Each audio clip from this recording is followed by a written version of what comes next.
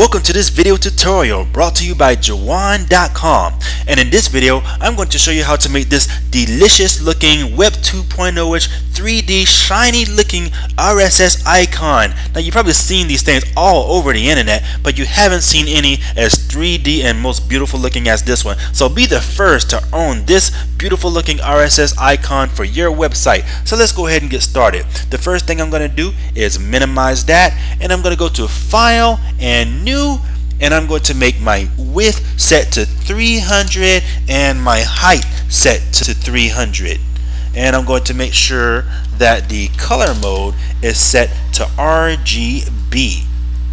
I'm going to go ahead and press enter, and next I'm going to do is hit the D key to make sure that my foreground color is set to black, and I'm going to hit the Alt backspace button in order to fill that document with black. And now that I have my black document, I'm going to hit Control Shift and N, and I'm going to bring up the new layer dialog box, and we're going to create a new layer. We're going to name this one Starburst, and then just press enter, and now we have our new layer. Now with that Starburst layer selected, we're going to go ahead and change our foreground and background colors. So the foreground color, we are going to change that to D43903, and the background color, we are going to change that to FB9844C.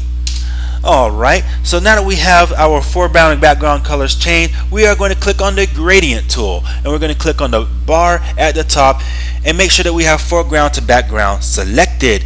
Go ahead and hit enter. Now we're going to hold the shift key down, and we are going to drag from the bottom to the top, just like so, to make so you got the foreground to background going just like that. Now we are going to apply 3 filters to this to make it look like a starburst. So go to Filter, Distort, and Wave. Now in this wave dialog box, make sure that you have it just like I have it here. Have the number of generators set to 5, wavelength is 5 and 35, amplitude is 10 and 70, and scale is 100. Amplitude is 10 and 50, amplitude is 170, type is triangle, and have repeat edge pixels selected, and click on OK. Now we're going to go back to Filter and Distort, and this time we are going to choose polar coordinates.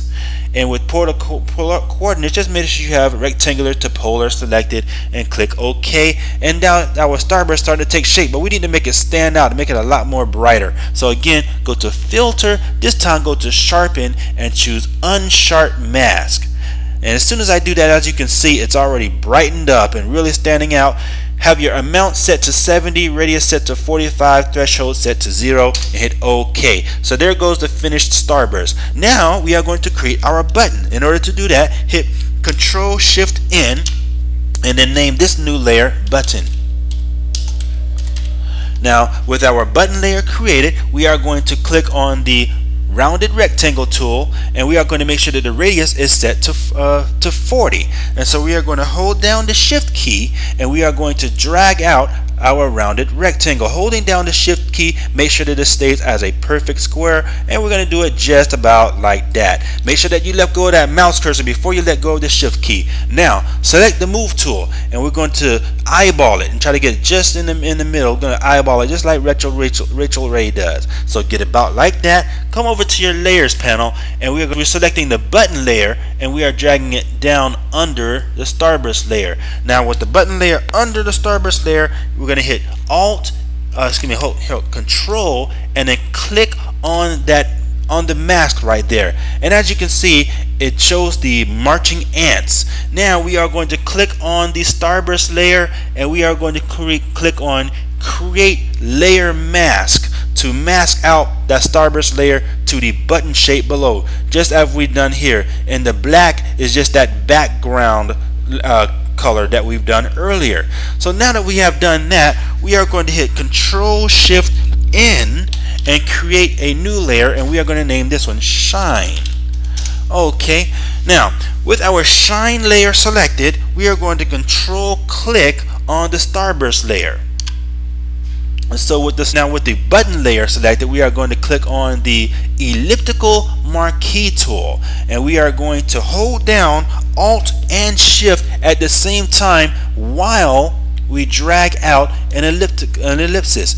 Now by holding Alt and Shift and then letting go of your mouse cursor, what that does is it only reveals the overlapping selection, just as it has done here. Now hit the D key and then hit the X key, and that makes your foreground color white. Now that you've done that, you're going to hit the gradient tool and you go up to the top oops, go to the top and choose foreground to transparency, just like that. And now with that gradient selected, you are going to hold down the Shift key and you're going to drag out a straight line again. Like I said earlier, holding down the Shift key makes that line stay perfectly straight. Let go of the mouse cursor before you let go of the Shift key and you should have the perfect result, just like I've done there. Now hold Control D to get rid of those marching ants. Now we're going to go ahead and make this button look a lot more 3D. So let's double click on the Starburst layer in the layers palette and we are going to click on Gradient Overlay. Now with Gradient Overlay, all we're going to do is we're going to change the blend mode to overlay, and we are going to change the opacity to 70, and we are going to change the style to reflected. And there you go. We now have a beautiful in-your-face Web 2.0-ish looking button. But now we have to apply the RSS icon, so let's go ahead and do that. First thing you're going to do is click on the Custom Shape tool, which is in the same area as the rounded rectangle. Make sure that you have your bullseye custom shape selected, and now we are going to hold down the Shift key and we are going to drag out that bullseye. Holding down the Shift key makes it stay as a perfect circle, and just about like that is good enough. And I'm going to go ahead and move it down a little bit. Now here's where it's going to get fun. We're going to use the dreaded pen tool. If you hate the pen tool, then please just do exactly as I tell you to do on this video and everything should be just fine. Up at the top, make sure that you have Subtract from Selection selected. Now the first thing you're going to do is click at the top. You're going to hold down the Shift key and you're going to click just below that. Next, you're going to click at the right, but don't let go, and you're going to drag out your curve. Now you're going to hold down the Alt key and click on that last node you just did, and then you're going to hold down the Shift key and then click over here. Now you're going to go down to the bottom and you're going to click, but don't let go. Drag out your curve, then let go. Next, you're going to hold down the Alt key and click on that node. Come over to the left, click, but don't let go. Drag out your curve. And now you're going to hold the Alt key down and click there, and then click there, and then click to finish it off. And now we have subtracted everything that we have just selected. Now hit Control Shift H to hide those ugly looking lines, and we are going to grab our Move tool and we're going to go ahead and move it on over here. And now we're going to hit Control T to transform the size. So hit Control T and we are going to zoom out a little bit so that I can see everything. And I'm going to hold down the Shift key so that the portions are constrained. And I'm going to go ahead and resize this. I'm going to resize it. Oops. I let go of the Shift T before I let go of the cursor. Big no-no. So I'm going to hit Control Z, hold down the Shift key, and drag it on out a little bit, like so. I'm going to go ahead and move this on over. And how about that? That looks nice and fine to me on the first try. So go ahead and hit Enter to select that. I'm going to zoom back in.